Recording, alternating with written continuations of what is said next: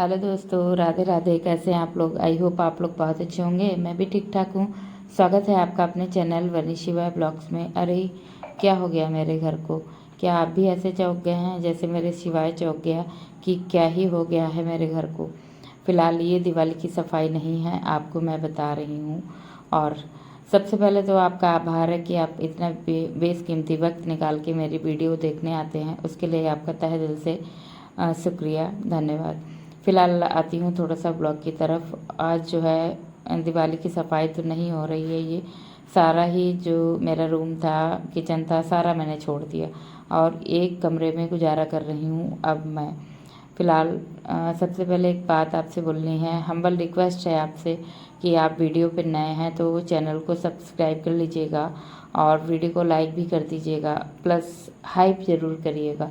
क्योंकि जो है आप अगर लाइक करोगे तो ऑटोमेटिक हाइप का ऑप्शन आपके कमेंट सेक्शन में आ जाएगा। जैसे ही आप लाइक करोगे वीडियो को, वैसे ही हाइप का ऑप्शन ओपन होगा। तुरंत आप उस पर हाइप पे जाके क्लिक कर दीजिएगा। एक ब्लैक बॉक्स में बन के नंबरिंग आएंगी, उस पर देन क्लिक करके आप हाइप डन कर दीजिएगा। आपसे हम्बल रिक्वेस्ट है।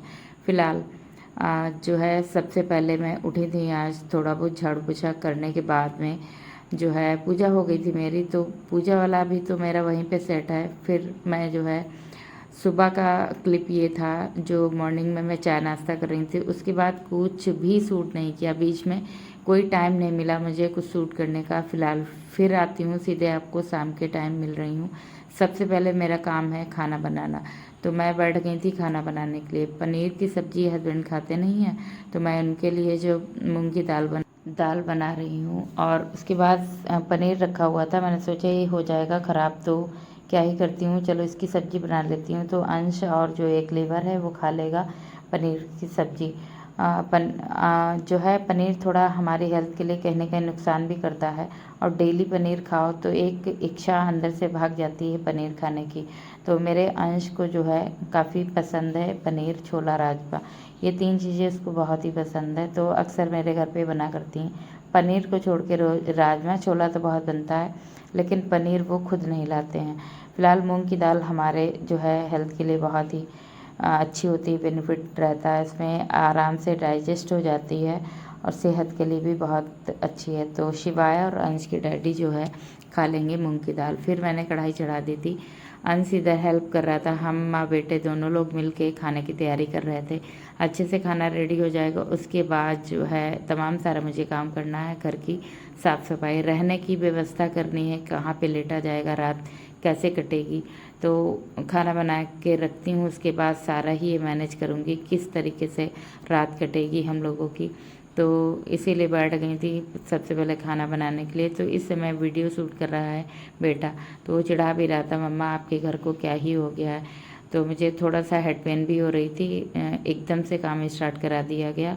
पहले ये तो पता था कि काम स्टार्ट होगा, लेकिन इतनी जल्दी मतलब मैंने सोचा दिवाली निपटेगी उसके बाद होगा, लेकिन उन्होंने जो है एकदम से पहले ही ठान ली।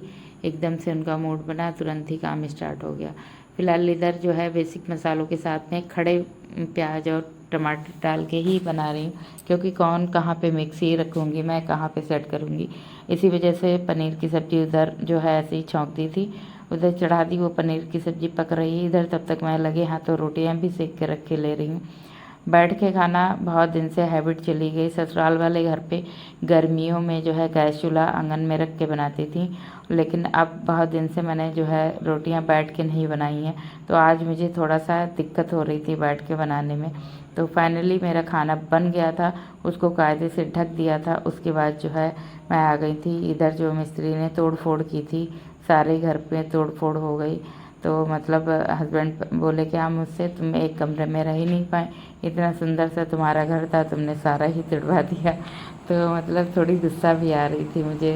ये घर बहुत पुराना नहीं है, फ़िलहाल नया घर था, उसमें हो गई तोड़ फोड़, अच्छे से मैं रह नहीं पाई। तो पता है जब रहो ना तो हर एक चीज़ आवश्यक लगने लगती है कि कहाँ पे क्या चीज़ कम हो रही। एडजस्ट करना एक अलग बात होती है, लेकिन जितनी सुविधाएं हो सकती हैं, जितना आपका बजट है, जितना आप कर सकते हो, उतना कर लो बेहतर होगा, क्योंकि आजकल जो आज के रेट में जो महंगाई चल रही है वो हमारे आने वाली पीढ़ी में तो और ज़्यादा हो जाएगी। तो इसलिए मेरा तो ये कहना है कि आप अगर इस लायक हो कि अपने बच्चों के लिए इतना बना दो कि बच्चे आगे मतलब इस एक घर के लिए इतना न सोचें कि मुझे एक घर बनवाना है, मुझे इतना करवाना है, उतना करवाना। तो ये चीज़ एक हेडक नहीं बच्चों के अंदर रहेगी। अगर इस लायक आप हो तो आपके अगर 4 बेटे हैं या 2 बेटे हैं तो बराबर सबके लिए करना चाहिए, अगर उस लायक हो तो। नहीं हो उसकी अलग बात होती है, इंसान हर तरीके से एडजस्ट कर लेता है। फ़िलहाल मैंने अपनी लाइफ में बहुत एडजस्टमेंट किया है, क्या मायके क्या ससुराल में। फ़िलहाल ये घर जो मेरा बना हुआ ये भी मेरे पापा की ही देन है, तो उन्होंने ही मुझे ये घर बनवा के दिया था। तो आज आया नंबर फिनिशिंग का, तो हम लोग जो है फिनिशिंग थोड़ी बहुत करा रहे हैं अपने घर पे। तो वही है कि आवश्यकता होने लगती, बच्चों के अकॉर्डिंग नीड होने लगती है कि अब बच्चा बोल रहा है मम्मा यहाँ पे वो लगवा दो, वहाँ पे वो लगवा दो। तो बच्चों के शौक़ भी कभी कभी हम लोगों को पूरे कर देने चाहिए, क्योंकि मेरा ये मानना है कि अगर आप इस लायक हो कि आप बनवा सकते हो तो बनवा दो, ताकि बच्चों को आगे ये हेडक ना रहे मकान बनवाना है। इसलिए कि उनके पास और तमाम सारी जिम्मेदारियां हो जाएंगी, अपना जो भी करेंगे तो एक हेडक से मुक्ति हो जाएगी इनकी इधर वाली। तो ये हम लोगों का कहीं ना कहीं फ़र्ज भी है, और अगर आप लायक हो तो ये ज़रूर करिए आप। फ़िलहाल मैंने झाड़ू पोछा सारा कर दिया था, उसके बाद लेटने की व्यवस्था कर रही थी। जो है इतना गंदा फील हो रहा है, पूरे घर पे तोड़ फोड़ हो गई थी, तो इतनी सारी धूल मिट्टी थी कि जैसे ही सर्वाइव कर रही हूँ वो मैं ही जान रही हूँ। फिर इधर जो है एक इस पे बिस्तर लगा दिया है, एक लोग अंश इधर सेट हो जाएगा, लेट जाएगा, यानी इधर मैं तखत पे लेट जाऊंगी, भैया शिवाय और यहाँ मैं और हस्बैंड जी एक और फोल्डिंग है उस पर लेट जाएंगे। तो सारे ही लोग इसी कमरे में एडजस्ट हो जाएंगे, अच्छे से सारा कुछ मैनेज करना है। फ़िलहाल कुछ दिन की दिक्कत है, बाकी फिर वैसे ही हो जाएगा। बहुत ही मेहनत से ये घर बना था, आज इसमें थोड़ी बहुत टूट फूट हो रही है तो बड़ा ही अंदर से बहुत ही मतलब अजीब लग रहा है, क्योंकि इसमें बहुत ही मेहनत लगी इतने घर बनवाने में। बहुत संघर्ष करने के बाद इतनी ये 4 दीवारी मुझे मिली थी।